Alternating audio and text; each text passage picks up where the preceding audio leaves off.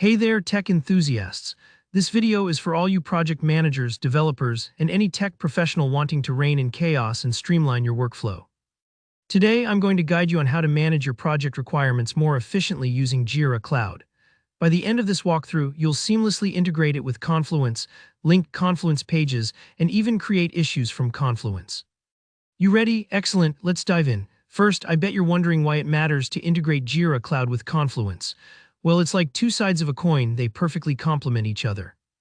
While Jira is your go-to tool for organizing tasks, tracking issues, and managing workflow, Confluence is brilliant for creating and organizing all your project documentation in one place.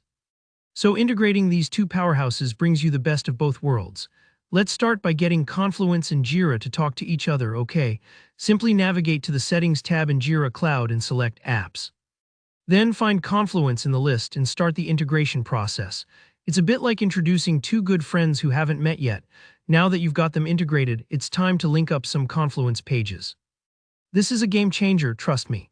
By creating a detailed requirement specification in Confluence, you can then use Jira macros to display and link to Jira issues in real time. This way, you're getting a live wireframe of your project. It's a bit like seeing your project's blueprint and live building site all meshed into one. And think about how intuitive and efficient your process becomes when you coordinate your project's development stages with its documentation. But how do we do this, you ask? Well, navigate to your Confluence page, edit it, and then you'll find the Jira macro option in the toolbar.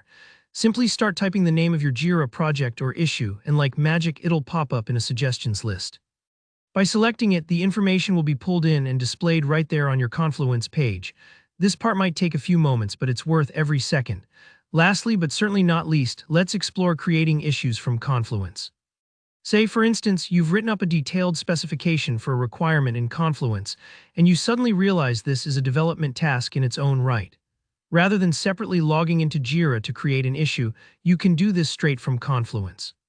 Pretty handy, huh? It's like discovering a secret shortcut you never knew existed. To do this, highlight the relevant text, click on the Jira icon that appears and choose to create a new Jira issue.